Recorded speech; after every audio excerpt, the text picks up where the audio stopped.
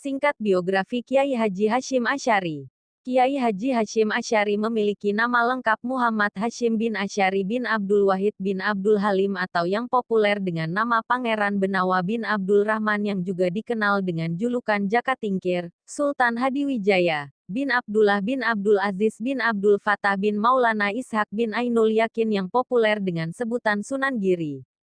Sementara dari jalur ibu adalah Muhammad Hasyim binti Halimah binti Lainah binti Sihah bin Abdul Jabar bin Ahmad bin Pangeran Sambo bin Pangeran Benawa bin Jaka Tingkir atau juga dikenal dengan nama Mas Karebet bin Lembu Peteng, Prabu Brawijaya ke-6. Penyebutan pertama menunjuk pada silsilah keturunan dari jalur bapak, sedangkan yang kedua dari jalur ibu. 1. Ditilik dari dua silsilah di atas, Kiai Hasyim mewakili dua terah sekaligus, yaitu bangsawan Jawa dan elit agama Islam. Dari jalur ayah, bertemu langsung dengan bangsawan Muslim Jawa, Sultan Hadiwijaya atau Jaka Tingkir, dan sekaligus elit agama Jawa, Sunan Giri. Sementara dari jalur ibu, masih keturunan langsung Raja Brawijaya Kefi, Lembu Peteng, yang berlatar belakang bangsawan Hindu Jawa. Kiai Hasyim dilahirkan dari pasangan Kiai Asy'ari dan Halimah pada hari Selasa Kliwon tanggal 14 Februari tahun 1871 Masehi atau bertepatan dengan 12 Zulkadah tahun 1287 Hijriah. Tempat kelahiran beliau berada di sekitar 2 km ke arah utara dari kota Jombang, tepatnya di pesantren Gedang. Gedang sendiri merupakan salah satu dusun yang terletak di Desa Tambakrejo, Kecamatan Jombang. Sejak masa kanak-kanak, Kiai Hasyim hidup dalam lingkungan pesantren Muslim tradisional Gedang. Keluarga besarnya bukan saja pengelola pesantren, tetapi juga pendiri pesantren yang masih cukup populer hingga saat ini. Ayah Kiai Hasyim, Kiai Asy'ari, merupakan pendiri pesantren Keras, Jombang. Sedangkan kakeknya dari jalur ibu, Kiai Usman, dikenal sebagai pendiri dan pengasuh pesantren Gedang yang pernah menjadi pusat perhatian terutama dari santri-santri Jawa pada akhir abad ke-19. Sementara kakek ibunya yang bernama Kiai Sihah dikenal luas sebagai pendiri dan pengasuh pesantren Tambak Beras Jombang. Pada umur 5 tahun Kiai Hasyim berpindah dari Gedang ke Desa Keras, sebuah desa di sebelah selatan kota Jombang karena mengikuti ayah dan ibunya yang sedang membangun pesantren baru. Di sini, Kiai Hasyim menghabiskan masa kecilnya hingga berumur 15 tahun, sebelum akhirnya meninggalkan Keras dan menjelajahi berbagai pesantren ternama saat itu hingga ke Makkah. Pada usianya yang ke-21, Kiai Hasyim menikah dengan Nafisah, salah seorang putri Kiai Yakub, Siwalan Panji, Sidoarjo. Pernikahan itu dilangsungkan pada tahun 1892 Masehi atau 1308 Hijriah. Tidak lama kemudian, Kiai Hasyim bersama istri dan mertuanya berangkat ke Makkah guna menunaikan ibadah haji. Bersama istrinya, Nafisah, Kiai Hasyim kemudian melanjutkan tinggal di Makkah untuk menuntut ilmu. 7 bulan kemudian, Nafisah meninggal dunia setelah melahirkan seorang putra bernama Abdullah. 40 hari kemudian, Abdullah menyusul ibu ke alam baka. Kematian dua orang yang sangat dicintainya itu, membuat Kiai Hasyim sangat terpukul. Kiai Hasyim akhirnya memutuskan tidak berlama-lama di Tanah Suci dan kembali ke Indonesia setahun kemudian. Setelah lama menduda, Kiai Hasyim menikah lagi dengan seorang gadis anak Kiai Romli dari Desa Karangkates, Kediri, bernama Hadijah. Pernikahannya dilakukan sekembalinya dari Makkah pada tahun 1899 Masehi atau 1325 Hijriah. Pernikahannya dengan istri kedua juga tidak bertahan lama, karena 2 tahun kemudian, 1901, Khadijah meninggal. Untuk ketiga kalinya, Kiai Hasyim menikah lagi dengan perempuan nama Nafikah, anak Kiai Ilyas, pengasuh pesantren Sewulan Madiun. Dan mendapatkan 10 orang anak, yaitu Hana, Khoiriyah, Aisyah, Azah, Abdul Wahid, Abdul Hakim, Abdul Karim, Ubaidillah, Masurah, dan Muhammad Yusuf. Perkawinan Kiai Hasyim dengan Nafikah juga berhenti di tengah jalan, karena Nafikah meninggal dunia pada tahun 1920 Masehi. Sepeninggal Nafikah, Kiai Hasyim memutuskan menikah lagi dengan Masrurah, putri Kiai Hasan yang juga pengasuh pesantren Kapurejo, Pagu, Kediri. Dari hasil perkawinan keempatnya ini, Kiai Hashim memiliki 4 orang anak: Abdul Qodir, Fatimah, Khadijah dan Muhammad Yakub. Perkawinan dengan Masrurah ini merupakan perkawinan terakhir bagi Kiai Hashim hingga akhir hayatnya. Riwayat pendidikan Kiai Haji Muhammad Hashim Asy'ari. Kiai Hashim dikenal sebagai tokoh yang haus pengetahuan agama Islam. Untuk mengobati kehausannya itu, Kiai Hashim pergi ke berbagai pondok pesantren terkenal di Jawa Timur saat itu. Tidak hanya itu, Kiai Hashim juga menghabiskan waktu cukup lama untuk mendalami Islam di Tanah Suci, Makkah dan Madinah. Dapat dikatakan, Kiai Hashim termasuk dari sekian santri yang benar-benar secara serius menerapkan falsafah Jawa, luru ilmu kanthi lelaku atau mencari ilmu adalah dengan berkelana, atau sambi kelana. Karena berlatar belakang keluarga pesantren, Kiai Hashim secara serius dididik dan dibimbing mendalami pengetahuan Islam oleh ayahnya sendiri dalam jangka yang cukup lama mulai dari anak-anak hingga berumur 15 tahun. Melalui ayahnya, Kiai Hashim mulai mengenal dan mendalami tauhid, tafsir, hadis, bahasa Arab dan bidang kajian Islam lainnya. Dalam bimbingan ayahnya, kecerdasan Kiai Hashim cukup menonjol. Belum genap berumur 13 tahun, Kiai Hashim telah mampu menguasai berbagai bidang kajian Islam dan dipercaya membantu ayahnya mengajar santri yang lebih senior. Belum puas atas pengetahuan yang didapatkan dari ayahnya, Kiai Hashim mulai menjelajahi beberapa pesantren. Mula-mula, Kiai Hashim belajar di pesantren Wonokoyo, Probolinggo, lalu berpindah ke pesantren Langitan, Tuban. Merasa belum cukup, Kiai Hashim melanjutkan pengembaraan intelektualnya ke pesantren Tenggilis, Surabaya, dan kemudian berpindah ke pesantren Kademangan, Bangkalan, yang saat itu diasuh oleh Kiai Kolil.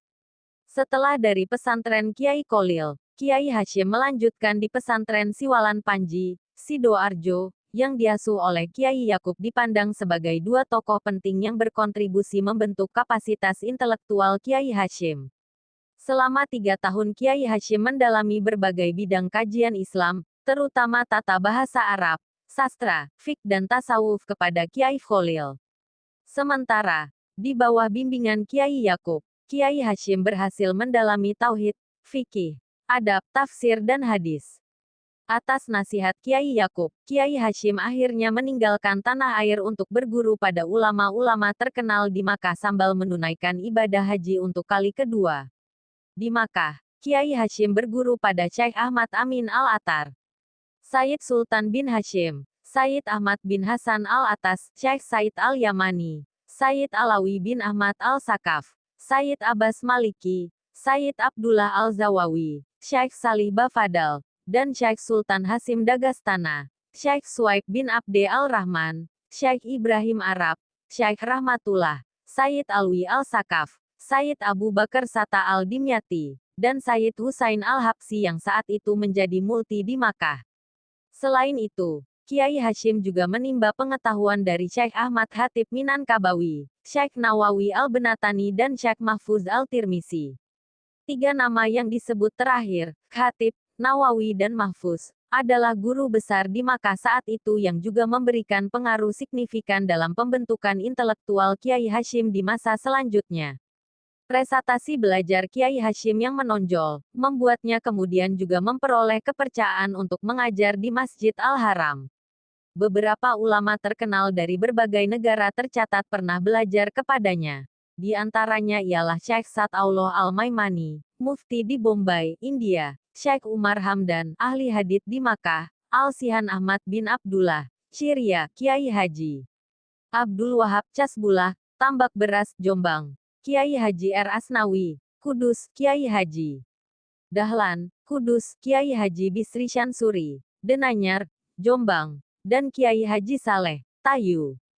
Seperti disinggung di atas, Kiai Hashim pernah mendapatkan bimbingan langsung dari Syekh Khatib Al-Minangkabawi dan mengikuti halakoh-halakoh yang digelar oleh gurunya tersebut.